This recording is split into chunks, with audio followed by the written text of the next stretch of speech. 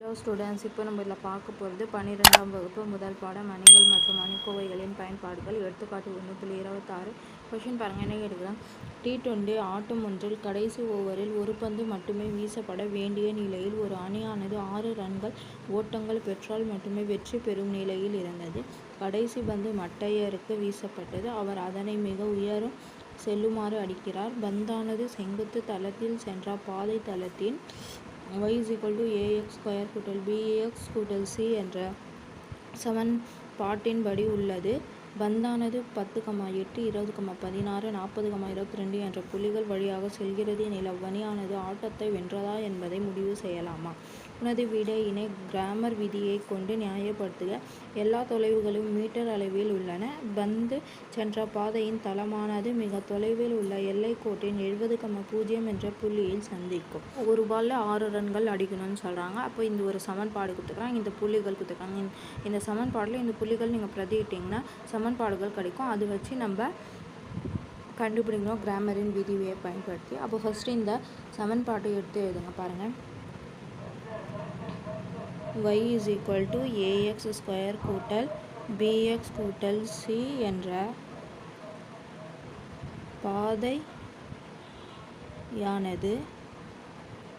இந்த புள்ளிகள் வழியாக தானே போகுது. அப்போது 10, 8, 20, 16, 40, 22 என்ற புள்ளிகள் வழி செல்கிறது. அப்போது இதில் நம்ம பிரதியிடணும். இது ஃபஸ்ட்டாக இருக்கிறது எக்ஸ், இது ஒய், இது எக்ஸ், இது ஒய், இது எக்ஸ், இது ஒய். அப்போது இந்த சமன்பாடை நம்ம எப்படி எழுதலாம்னா ax² bx c = y. இந்த சைடு நம்ம எடுத்துக்கலாம். அப்போது இந்த இடத்துல ஏ அப்படியே தான் இருக்கும். எக்ஸ்க்கு பதிலாக நம்ம 10 பிரதியிடணும். 10 பிரதியிட்டிங்கன்னா 10² a 10² b பெருக்கல் 10 கூட்டல் c = y என்ன சொல்லியிருக்காங்க 8. அப்போ இந்த சமன்பாட்டிலேருந்து உங்களுக்கு என்ன வரும்? 10² 100ங்களா? அப்போது 100a வரும். அடுத்தது 10bனா 10b கூட்டல் c = 8. அடுத்தது பாருங்கள், இது எக்ஸ், இதில் 20. அப்போது a 20² கூட்டல் b 20 கூட்டல் c = y என்ன சொல்லியிருக்காங்க 16. அப்போ இந்த சமன்பாடு பார்த்திங்கன்னா 20² உங்களுக்கு எவ்வளோ? 20 நீங்கள் 2 முறை போட்டு போயிருக்கீங்கன்னா 400ன்னு வரும். அப்போ 400a கூட்டல் 20னா 20b கூட்டல் c = என்ன சொல்லியிருக்காங்க 16. அடுத்தது பாருங்கள், இது 40ன்னு சொல்லியிருக்காங்க. அதே மாதிரி தான் a 40² கூட்டல் b 40 கூட்டல் c = என்ன 22y. அப்போ இதுலேருந்து என்ன சமன்பாடு வருதுன்னு பாருங்கள். 40² 1600. அப்போ ஏ அப்படியே வர பெருக்கல்ல கூட்டல் 40b கூட்டல் c = 22. அப்போ இந்த சமன்பாடு வச்சு கிராமரை விதி பயன்படுத்தி நம்ம இதுக்கு ஆன்சர் கண்டுபிடிக்கலாம்.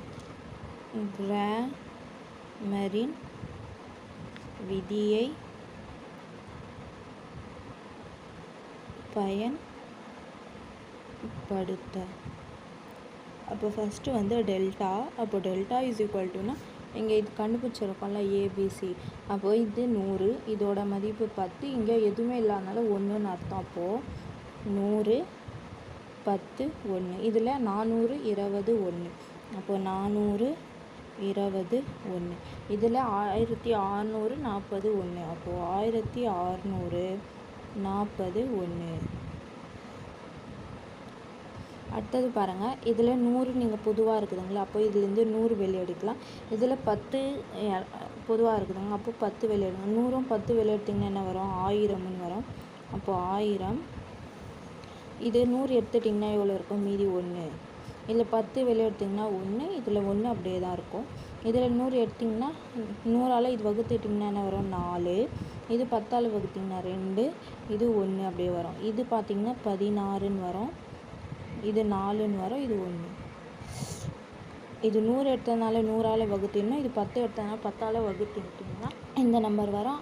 அதுக்கப்புறம் இதுக்கு பாருங்கள் 1000 ப்ராக்கெட் இந்த 1 எடுக்கணும். அப்போ 1 எடுத்திங்கன்னா இதுவும் விட்டிங்கன்னா 2 1 2 1 4 4 அப்போ 2 கழித்தல் 4ன்னு வரும். அடுத்தது இதுனா கழித்தல்னு வரும் 1. இதுவும் விட்டிங்கன்னா 4 1 4 1 16 16 அப்போ 4 கழித்தல் 16. அடுத்தது இந்த 1 எடுத்திங்கன்னா இங்கே கூட்டல் 1ன்னு வரும். இதுவும் விட்டிங்கன்னா 4 4 16 2 16 32 அப்போ கழித்தல் 32. அப்போது 1000 1 4ல் 2 போச்சுன்னா கழித்தல் 2 கழித்தல் 1 16ல் 4 போச்சுன்னா 12 கழித்தல் 12 கூட்டல் 1 32லேருந்து 16 போச்சுன்னா கழித்தல் 16ன்னு வரும். அதுக்கப்புறம் 1000 1 2 2 அப்போ கழித்தல் 2 கழித்தல் கூட்டல் ஆகிடும். 1 12 12 அப்போ கூட்டல் 12 1 16 16 கூட்டல் கழித்தல்னு வரும். அப்போ கழித்தல் 16. அப்போது 1000 இது பாருங்கள் கழித்தல் 16 கழித்தல் 2 கழித்தல் 18 அப்போ கழித்தல் 18 கூட்டல் 12 கழித்தல் 18ல் 12 போச்சுன்னா எவ்வளோ உங்களுக்கு 6. அப்போ இங்கே பெரிய நம்பர் கூடிய கழித்தல்னா கழித்தல் 6ன்னு வரும். அப்போது 1000 பெருக்கல் கழித்தல் 6. அப்போது 1000ல் 6 பெருக்குன்னா 6000 கழித்தல் 6000ன்னு வரும். அப்போ இது டெல்டா. அதுக்கப்புறம் நம்ம டெல்டா 1ன்னு கண்டுபிடிக்கணும். இப்போ டெல்டா 1ன்னு கண்டுபிடிக்கிறதுக்கு இங்கே = இந்த சைடு இருக்குல்ல 8 16 22 இது நம்ம C1 இந்த நிரலை நம்ம பிரதியிடணும். இது போடக்கூடாது. இந்த நிரலை பிரதிட்டு இது 2 அப்படியே வரும். அப்போ பாருங்கள் பிரதிட்டிங்கன்னா இங்கே 8 16 22 இங்கே என்ன இருந்துச்சு 10 20 40 1 1 1. அதே மாதிரி பாருங்கள் இது பாருங்கள் எல்லாமே 2ஆல் வகுப்படமா. அப்போ 2ஆல் வகுத்திங்கன்னா இதில் 2 வெளியெடுத்துடலாம். இது எல்லாமே 4ஆல் 10ஆல் வகுப்படும். அதில் இது 10 நம்ம வெளியே எடுக்கலாம். அப்போ இதுலேருந்து 2 வெளியேற்றினா 2ம் 10 பெருங்கன்னா 20. அப்போது உங்களுக்கு 20ன்னு வெளியே வரும். இல்லை 4ஆல் வகுத்திங்கன்னா 4 2 8 அப்போ 4 இது 8 இது 11. அதுக்கப்புறம் இது 10ஆல் வகுத்திங்கன்னா இது 1 இது 2 இது 4 இது 1 1 அப்படியே தான் வரும். அதுக்கப்புறம் பாருங்கள் 20 இந்த 4 இதுவும் விட்டிங்கன்னா 1 2 2 1 4 4 அப்போ 2 கழித்தல் 4. அடுத்தது இது கழித்தல்னு வரும் 1. இதுவும் விட்டிங்கன்னா 8 1 8 1 11 16 அப்போ கழித்தல் 11ன்னு வரும். கூட்டல் 1 இதுவும் விட்டிங்கன்னா 8 4 32 2 11 22 அப்போ கழித்தல் 22. அப்போ 20 4 4ல் 2 போச்சுன்னா கழித்தல் 2 கழித்தல் 1 11ல் 8 போச்சுன்னா 3 அப்போ கழித்தல் 3 கூட்டல் 1 32லேருந்து 22 போச்சுன்னா 10. அப்போ 20 4 2 8 கழித்தல் 8 1 3 3 கழித்தல் கூட்டல் இடம் அப்போ கூட்டல் 3 1 10 அப்போ 10.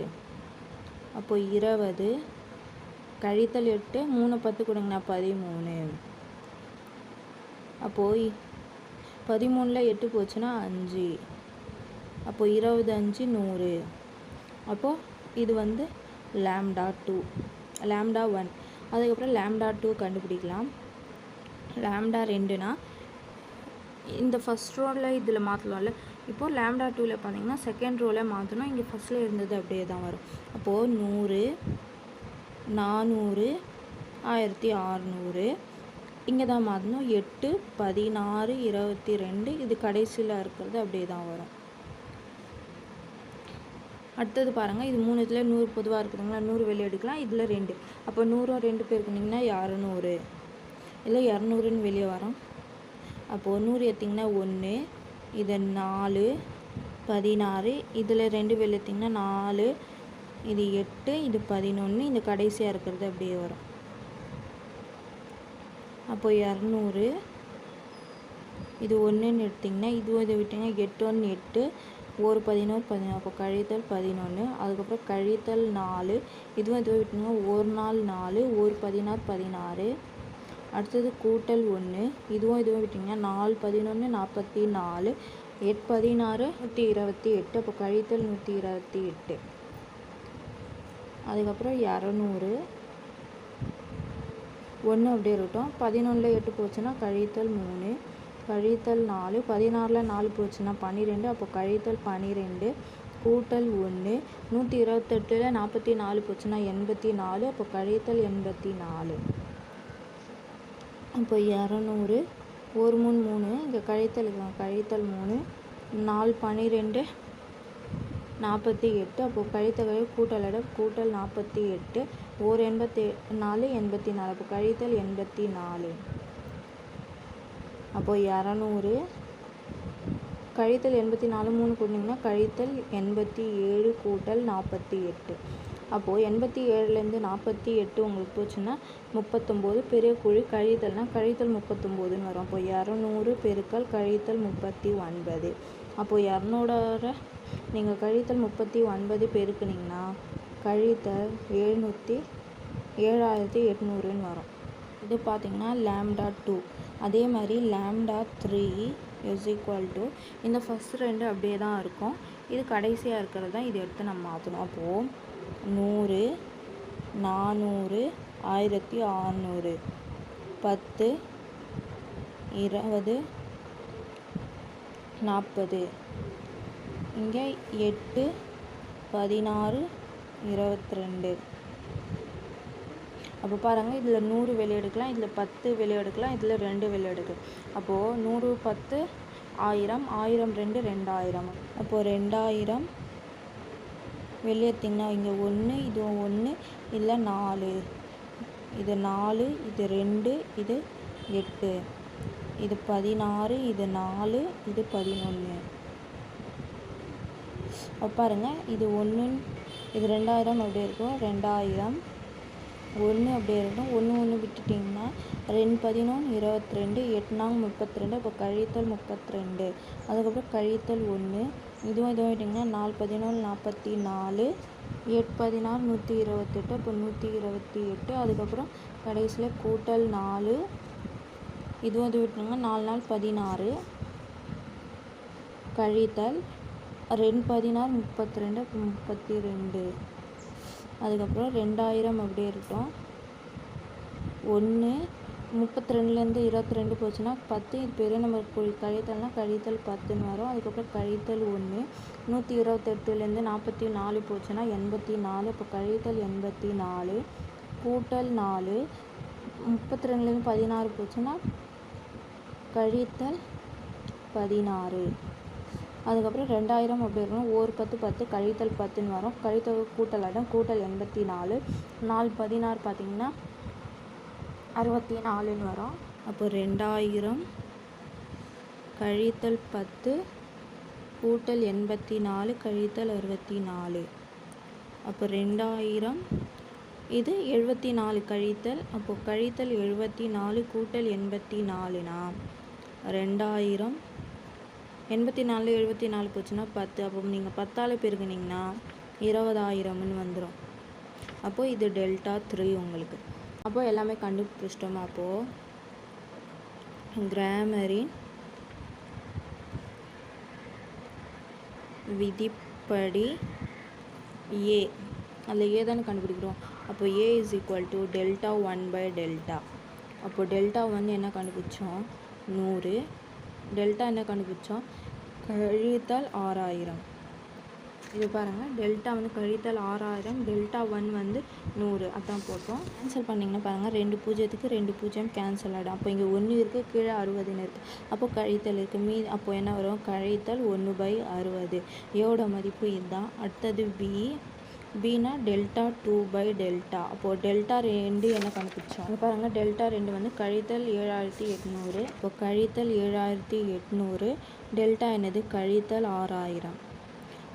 கழித்தல் கேன்சல் ஆகிடும். ஒரு பூஜ்ஜியம் இந்த ஒரு பூஜ்ஜியம் இங்கே ஒரு பூஜ்ஜியம் இந்த ஒரு பூஜ்ஜியம். அப்போது இது பார்த்திங்கன்னா நீங்கள் 10ஆல் வகுத்திங்கன்னா 6 தருவது. அப்போது 6 முறை வரும். இது பார்த்திங்கன்னா 1/6 மீதி 1னா 3 18 அப்போ 13ன்னு வருது. அப்போ 13/6 அப்போ பிக்கு ஆன்சர் இதுதான். அடுத்தது சினா டெல்டா 3/டெல்டா. இப்போ டெல்டா 3 என்ன கண்டுபிடிச்சோம் 20000. அப்போது 20000 வகுத்தல் கழித்தல் 6000. அப்போ 3 பூஜ்ஜியத்துக்கு 3 பூஜ்ஜியம் கேன்சல் ஆகிடும். இது 2ஆம் வாய்ப்பால் வகுத்திங்கன்னா 2 6 இது 30. அப்போது கழித்தல் இருக்கிறதுனால கழித்தல் 10/3 வரும். அப்போது இது வந்து சமன்பாடு நம்ம ஃபஸ்ட் சமன்பாடு கண்டுபிடிச்சோம்ல, சமன்பாடு என்னது? y = ax² கூட்டல் bx கூட்டல் c. இந்த சமன்பாடில் நம்ம பிரதியிடணும். அப்போது எனவே பாதையின் சமன்பாடு, இந்த சமன்பாடில் நம்ம பிரதியிடணும். y நம்மளுக்கு தெரியாது, அப்போ y அப்படியே இருக்கட்டும். ஏன் என்ன கண்டுபிடிச்சோம்? கழித்தல் 1/60 x² கூட்டல் b என்னது? 13/10 x கூட்டல் c என்னது? கழித்தல்னா இப்போ இங்கே கழித்தல் வரும், கழித்தல் 10/3. அப்புறம் பாருங்கள், இங்கே ஒரு புள்ளி சொல்லியிருக்காங்கல்ல 70,0. இது எக்ஸு, இது y. அதனால் நம்ம எக்ஸுக்கு பதிலாக இந்த புள்ளி பயன்படுத்தி இதுக்கு நம்ம கண்டுபிடிக்கலாம். அப்போ x = 70 இதில் பிரதியிடணும். அப்போ y எப்படி இருக்கட்டும்? கழித்தல் 1/60 எக்ஸுக்கு பதிலாக 70 ஸ்கொயர் இருக்கிறதுனால ஸ்கொயர் கூட்டல் 13/10 எக்ஸுக்கு பதிலாக 70 கழித்தல் 10/3. அதுக்கப்புறம் பாருங்கள், y = 70 நீங்கள் ஸ்கொயர் பண்ணிங்கன்னா 4900 வரும். அப்போ கழித்தல் 4900 வகுத்தல் 60 கூட்டல் 13 பெருக்கல் 70 இது 10ன்னு இப்படி எழுதலாம், கழித்தல் 10/3. அப்போது ஒரு பூஜ்ஜியத்துக்கு ஒரு பூஜ்ஜியம், இது 2ஆல் வகுத்திங்கன்னா 3 2 6 கேன்சல் பண்ணிங்கன்னா அப்போது இது 2 2 4 4 2 8 மீதி 1 I 2 10. அப்போ 245 கீழே 3 இருக்குது. இப்போ y = இதுலேயும் 3 இருக்குது, இதுலேயும் 3 இருக்குது. இதில் பாருங்கள், இந்த ஒரு பூஜ்ஜியம் இந்த ஒரு பூஜ்ஜியம் கேன்சல் பண்ணிங்கன்னா அப்போ 1னா எதுவுமே கிடையாது. அப்போது 13 7ன்னு இது பெருக்கிடணும். அப்போது இது கழித்தல் 3 2த்துலையும் பொதுவாக இருக்குங்களா, கழித்தல் 245/3 கழித்தல் 10/3 கூட்டல் 13 பெருக்கல் 7. அப்போது 3 நம்ம பொதுவாக வச்சுக்கலாமா? அப்போ கழித்தல் 245 கழித்தல் 10/3 கூட்டல் 91. அப்போ 91ன்னு வரும். அப்போது இது கூட்டினீங்கன்னா y = கழித்தல் 255/3 கூட்டல் 91. அப்போது இது 3ஆல் நீங்கள் அடிச்சிங்கன்னா 8 24 மீதி 1 15. அப்போ 5 15. அப்போ இது கேன்சல் ஆகிடும். அப்போது y = கழித்தல் 85 கூட்டல் 91. அப்போ 91ல் 85 போச்சுன்னா உங்களுக்கு எவ்வளோ? 6. அப்போது y = 6ன்னு வருது. அப்போ 6க்கு அப்புறம் கடைசியாக பாருங்கள், இது எழுதிக்கோங்க. x = 70 எனில் y = 6 என கிடைக்கிறது. எனவே பந்தானது எல்லைக்கோட்டிற்கு நேர்மேலாக 6 மீட்டர் உயரத்தில் செல்கிறது மற்றும் எல்லைக்கோட்டின் அருகில் உள்ள ஆட்டக்காரர் எகிரி குதித்து பிடிக்க முயன்றாலும் அவரால் அப்பந்தினை பிடிக்க இயலாது. எனவே அப்பந்து மிகப்பெரிய ஆறாக சென்றது மற்றும் அவனின் ஆட்டத்தினை வென்றது. புரிஞ்சுதுங்களா? அவ்வளோதான். எடுத்துக்காட்டு 1/26 உங்களுக்கு முடிஞ்சிச்சு.